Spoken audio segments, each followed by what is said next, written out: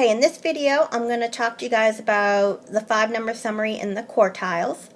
Now, the first thing we need to do is to put this data in our calculator. So here's our data list right here. To put this in our calculator, I want to go hit the Stat button and go to Edit. And I already put these values in my list. However, if you have data values that are in there already and you want to put your new data values in, you just use your arrow to go up to L1, highlight L1, and then hit Clear and Enter, and that will clear your entire list. Then you can start punching in your new data values. So, why don't you take a minute, get out your calculator and punch those values into your list. Pause the video so you have time to do it, and then unpause it and we can go ahead and find our 5-number summary.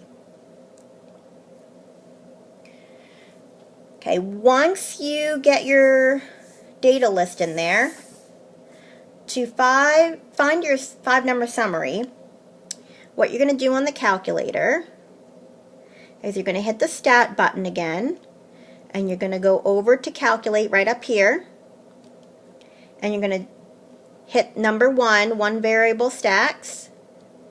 And I want to tell the calculator that I want to do this to list 1 because this is where I put my data.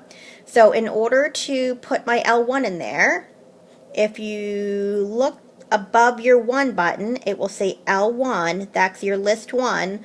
So on mine it's blue, depending on what model calculator you have. It might be in a different color. But either way, you're going to hit second 1, and that will bring up L1. Then I'm going to hit Enter, and it's going to give us a whole bunch of information about our data set. And in the previous example, or the previous video, we showed you how to find X bar, which is the mean. And then N is the number of data values that you have in your data set. And if we scroll down a little bit, we're going to find our 5-number summary. Our 5-number summary is the min, the Q1, the median, which is also sometimes called Q2, and then Q3 and the max. Now this tells us how our data is broken up into 25% chunks. The median breaks it up into 50% chunks, and then the quartiles break it up into 25% chunks. So now that we have our 5-number summary, we're going to make a box plot to show how everything is spread out with our data. So since our min is 3.9 and our max is 5.1, I want to make sure I scale this right. I want to go a little bit past 3.9 and 5.1 on either end. That way it includes those values. So for me, I went out to 3.5 and 5.5. And then I'm just going to plot all these values. I made my scale so that each one of these tick marks is worth 0.1, so that it's scaled properly. You want to make sure that this is scaled in such a way so that you can clearly read your box plot when you plot it. You don't want to go out too far in either direction, so when you plot it, your box plot is all kind of squished into one little area. You want to make sure it's spread out and easy to read. Alright, so now I'm going to start plotting my values. 3.9, that would be right here. 3.5, 6, 7, 8, 9. So I come up and I make a dot here. Then at 4.3 for my Q1, I make a dot here for 4.3, right? 4.1, 2, 3, come up, make a dot.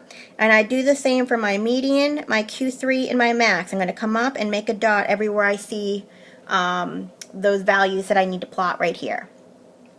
Then what I'm going to do is I'm going to make a box around my Q1 and Q3 so that the Q1 and Q3 are at either end of the box.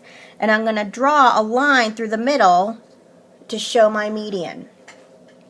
So what this does is this shows me the interquartile range. Between Q1 and Q3, that's called the interquartile range, and that tells you how spread out the middle 50% of your data is.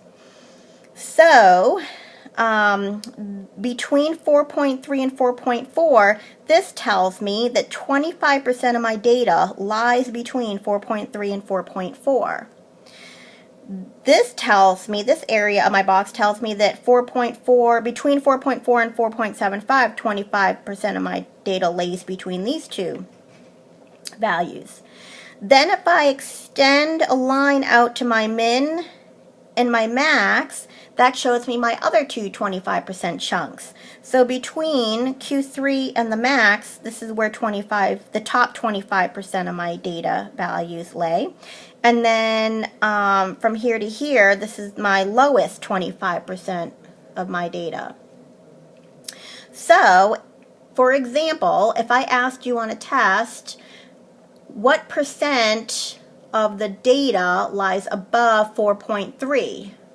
You would say 75%, because from here to here is 25, from here to here is 25%, and from here to here is 25%. So 75% of the data lies above 4.3. And that's the whole idea of what this 5-number summary does. It splits it up into 4 chunks so that we can see how the data is spread out.